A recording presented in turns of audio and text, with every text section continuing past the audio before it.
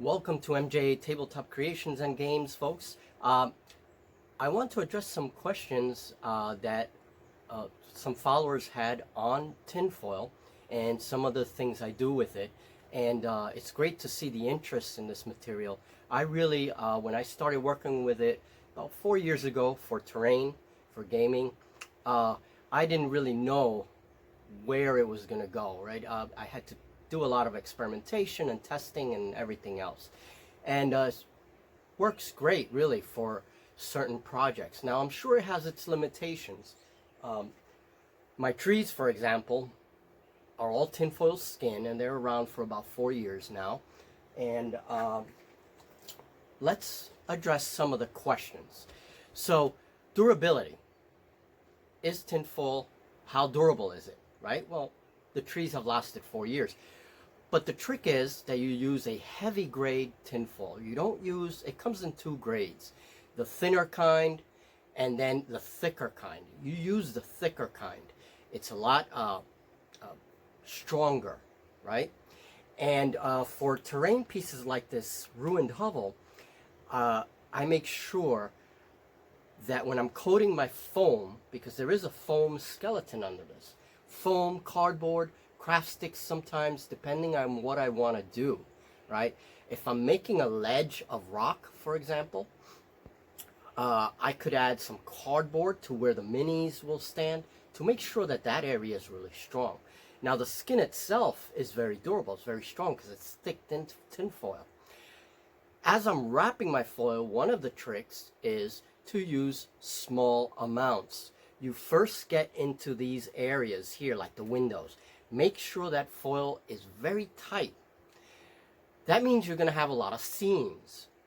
But that also means that you're going to work on those seams individually and with the hot glue, because you're using hot glue.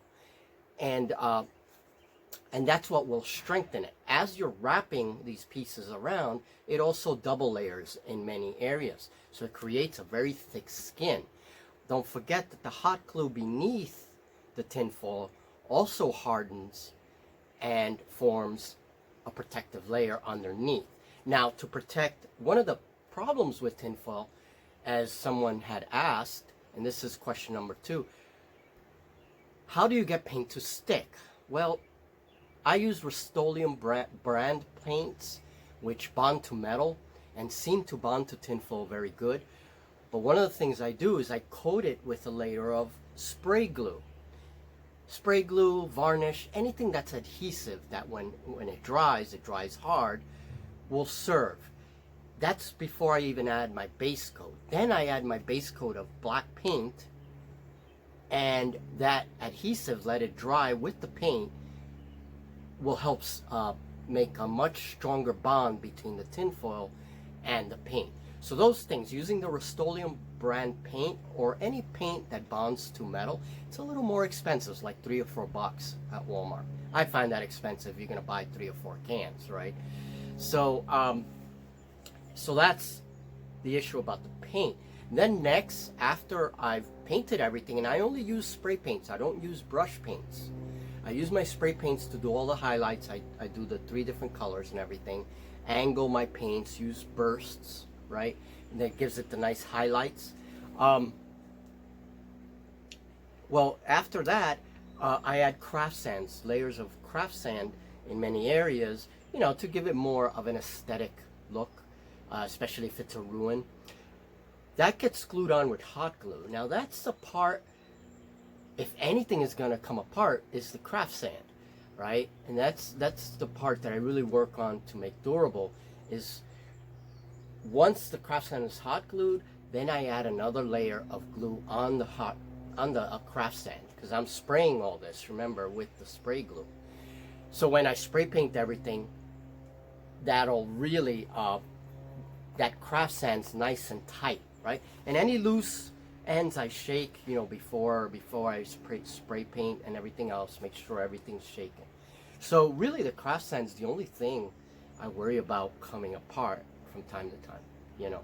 So and that's it. And then craft sticks also add a lot of durability to the outside, right? And on the inside, if I'm making caves, you know, the stalagmites and everything else out of tinfoil, of course I'm using a dowel or something wrapping that so that it's nice and strong. So that is durability, and that also answers the paint question, which is related to durability, I hope.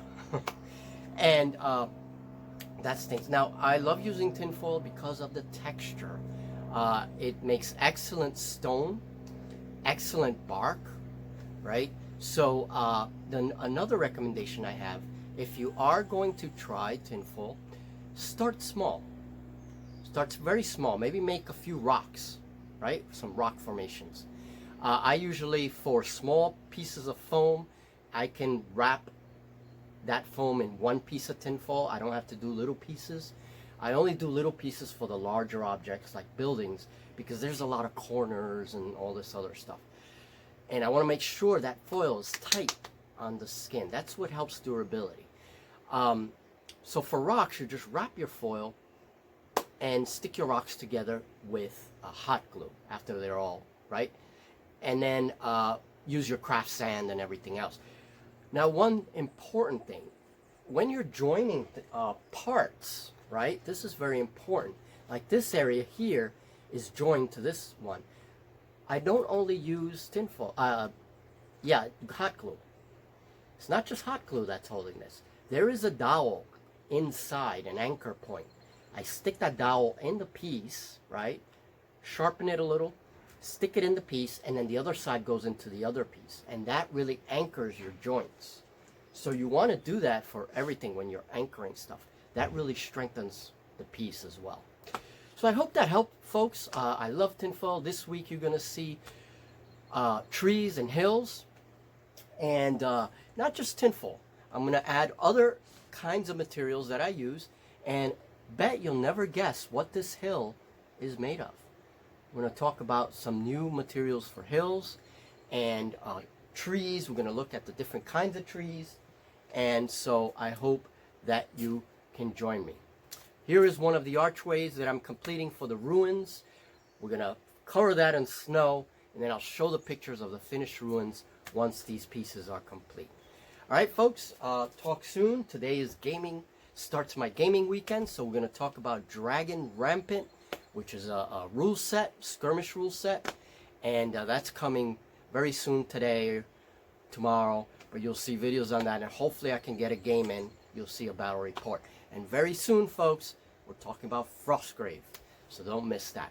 All right, I'm going to show you all the stuff I've done with tinfoil at the end of this video. Have a great day, and if you have any questions, message me. Want to say hello, message me. Welcome new followers. Have a great day.